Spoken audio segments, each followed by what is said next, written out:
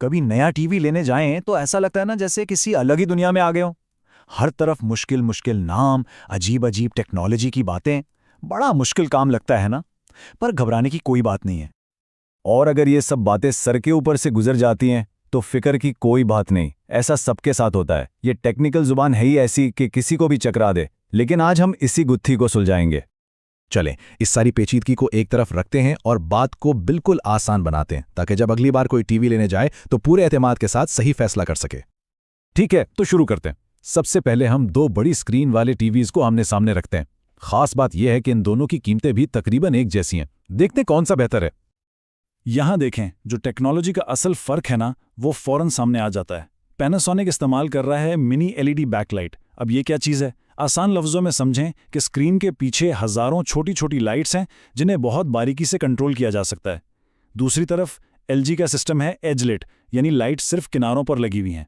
इसका नतीजा, पैनासोनिक बहुत गहरे काले रंग और चमकदार हाइलाइट्स दिखाता है, जिससे कॉन्ट्रास्ट ज़बरदस्त हो जाता है, ख़ास तौर पे जब एचडीआर मवाद चल रहा हो। तो बात सीधी सी है, एक ही कीमत में पैनासोनिक कहीं बेहतर टेक्नोलॉजी दे रहा है। इसकी मिनी एलईडी बैकलाइटिंग, एचडीआर के मुकम्मल सपोर्ट और ज्यादा चमक, ये सब मिलकर इसे इस मुकाबले में बिल्कुल वाज़े तौर पर आगे ले जाते हैं। मतलब पैसों की पूरी वसूली और एक शानदार तस्वीर। अच्छा, तो ये तो था दो टीवीज का मुकाबला। अब जरा पर्सपेक्टिव बदलते हैं और एक ही मशहूर ब्रांड यानी सोनी की दुनिया में चलते हैं। देखते हैं कि उनके अपने मॉडल्स में से बेहतरीन वैल्यू कहाँ मिलती है।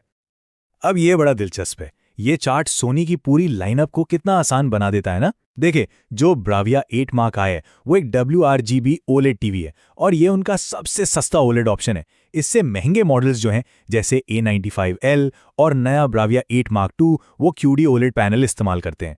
ये एक नई टेक्नोलॉजी है, क्वांटम डॉट्स इस्तेमाल करती है ताकि रंग और भी ज़्यादा चमकदार और शोख नजर आए। लेकिन जैसा कि आगे देखेंगे, इसका ये मतलब बिल्कुल नहीं कि यह हर एक के लिए बेहतरीन चॉइस है। और यही वो बात है जो टीवी खरीदते वक्त समझना बहुत ज़रूरी है। माहिरीन तो छोटी छोटी तफसीलात पर बात करते रहेंगे, लेकिन जब हम घर पर आराम से बैठकर कुछ देख रहे होते हैं ना, तो ये छोटे छोटे फ़र्क अक्सर महसूस भी नहीं होते, ख़ासतौर पर जब दोनों टीवी आमने सामने ना रखे हों। ये सारी बातें एक बड़े सवाल को जन्म देती हैं। क्या हम टेक्नोलॉजी की इंतहा पर पहुंच गए हैं? मतलब टीवी और साउंड सिस्टम अब इससे ज़्यादा और कितने बेहतर हो सकते हैं?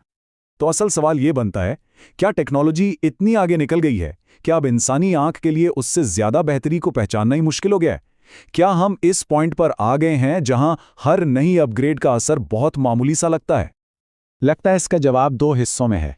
इनोवेशन जो है ना, वो अब दो अलग अलग सिमतों में आगे बढ़ रही है। एक तरफ तो टेक्नोलॉजी की दौड़ लगी हुई है कि कौन बेहतर स्पेक्स देता है, और दूसरी तरफ एक नई चीज़ पर फोकस बढ़ रहा है, और वो है इस्तेमाल में आसानी। पहले बात करते हैं टेक्नोलॉजी की दौड़ की। ये तो पूरी रफ्तार से जारी है। मिनी एलईडी टेक्नोलॉजी कोशिश कर रही है कि OLED जैसी परफॉर्मेंस दे, और दूसरी तरफ OLED खुद भी हर साल और ज़्यादा रोशन और रंगीन पैनल्स के साथ बेहतर होता जा रहा है। और ये मुकाबला हम सब के लिए बहुत अच्छा है, क्योंकि इससे टेक्नोलॉजी बेहतर से बेहतर होती चली जाती है। लेकिन शायद उससे भी ज़्यादा दिलचस्प बात यह है कि कंपनीज अब सिर्फ पिक्चर क्वालिटी से आगे सोच रही हैं। इनोवेशन का जो नया मैदान है ना, वो है कन्वीनियंस, यानी सहूलत। मकसद ये है कि बेहतरीन टेक्नोलॉजी को हमारी रोज़मर्रा की ज़िंदगी में इस तरह शामिल किया जाए कि पता भी ना चले। ज़रा सोचें, सैमसंग का वन कनेक्ट बॉक्स है जो सारी तारों के झंझट को ख़त्म करके एक केबल में बदल देता है। या फिर LG का ज़ीरो कनेक्ट बॉक्स जो बगैर किसी तार के 4K तस्वीर सीधा स्क्रीन पर भेजता है। ये ज़बरदस्त मिसालें हैं कि किस तरह बेहतरीन परफॉर्मेंस को इस्तेमाल के आसानी के साथ जोड़ा जा रहा है। ये तारों के जाल और मुश्किल ऑडियो सेटअप जैसे रोज़मर्रा के मसाइल का हल है। तो लबे-लुबाब ये हैं कि बेहतरीन तस्वीर की तलाश तो चलती रहेगी, लेकिन अब जो सबसे अहम इनोवेशंस हैं ना, वो शायद वो हैं जो टेक्नोलॉजी को हमारे घरों और हमारी ज़िंदगियों का हिस्सा इस तरह बनाती हैं कि सब कुछ बिल्कुल आसान और सीमलेस लगे, जो हमारे पूरे तजर्बे को बेहतर बना दें। तो आखिर में ये सवाल जहन में आता है, जैसे जैसे टेक्नोलॉजी और सहूलत एक दूसरे में जम हो रहे हैं, होम एंटरटेनमेंट की अगली नस्ल कैसी दिखेगी? आगे क्या आने वाला है? यही वो सवाल है जो आने वाले सालों में इस पूरी इंडस्ट्री की सिमत तय करेगा।